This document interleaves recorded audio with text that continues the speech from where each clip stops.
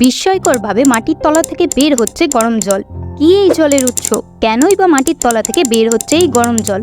যে স্থানে দেবী সতীর ভুরুযুগলের মধ্যবর্তী অংশ পতিত হয়েছিল, যেখানে অষ্টাবক্র মুনি তপস্যা করে সিদ্ধি লাভ করেছিলেন, এমনই একটি পবিত্র স্থান থেকে চলুন ঘুরে আসি।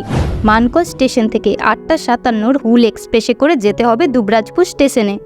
এটাই বক্রেশ্বরের সবথেকে কাছের স্টেশন। নির্ধারিত সময়ের থেকে 1 মিনিট লেটে ট্রেন পৌঁছালো দুবরাজপুর স্টেশনে। দুবরাজপুর স্টেশন থেকে একটা টোটো করে নিলাম, ভাড়া পড়লো 150 টাকা। অনেকজন হলে হয়তো কম পড়তো। চারিদিকে দিগন্ত বিস্তৃত মাঠ, সবুজে ঘেরা গাছপালা দেখতে দেখতে আঁকাবাঁকা পথ বেয়ে চললাম গন্তব্যের দিকে। পৌঁছে গেলাম বক্রেশ্বরে। ওই যে সামনে দেখা যাচ্ছে মন্দিরে ঢোকার গেট। মন্দিরে ঢোকার একটু আগেই বাঁ হাতে পড়ল এই কামাখ্যা মায়ের মন্দিরটি। মায়ের দর্শন করে একটু এগিয়ে যেতেই দেখতে পেলাম চারিদিকে গরম জলের মাঝে এই ঠান্ডা জলের কুণ্ড। এটার নাম জীবৎস কুণ্ড। তারপর চলে গেলাম ভিতরের দিকে। এখানে দুদিকে ছোট ছোট পুজো সামগ্রী কেনার দোকান রয়েছে। তোমরা চাইলে এখান থেকে পুজোর ডালা কিনে পুজো দিতে পারো। মন্দিরে ঢোকার জন্য রয়েছে 2টি গেট, একটা সামনের দিকে আর একটা ভিতর দিকে। ভিতর দিকে ঢোকার গেটের দুদিকে রয়েছে 2টি গরম জলের কুণ্ড।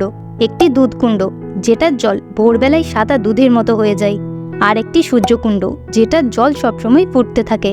বাইরের দিকে মন্দিরে ঢোকার যে গেটটি রয়েছে, সেটা দিয়ে ঢুকেই বাঁ হাতে পেয়ে যাবে এই গরম জলের জায়গাটা, যেখান থেকে জল নিয়ে সবাই বাবার মাথায় ঢালে।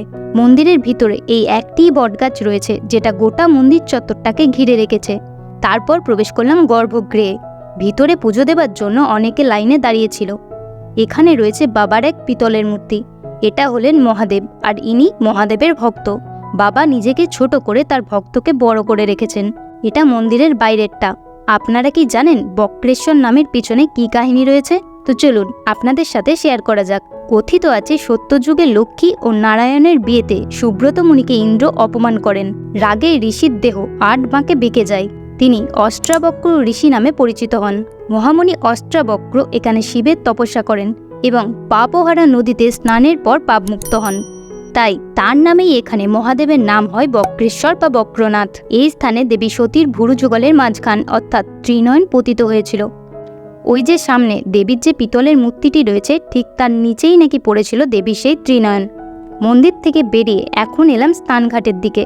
5 টাকার টিকিট কেটে ঢুকলাম ভিতরে। এখানে একটা বড় বটগাছের নিচে রয়েছে বসার জায়গা, যেখানে অনেকেই বসে আছেন। আর একটু এগিয়ে যেতেই দেখতে পাবেন পুরুষ এবং মহিলাদের জন্য স্নানঘাট। তার পাশেই আবারও রয়েছে একটা বড় গরম জলের কুণ্ড। এটার নাম পাপহারা গঙ্গা। গঙ্গায় স্নান করলে যেমন পূর্ণ মেলে, তেমনি এখানে স্নান করলে নাকি সব রোগ ব্যাধি দূর হয়ে যায়।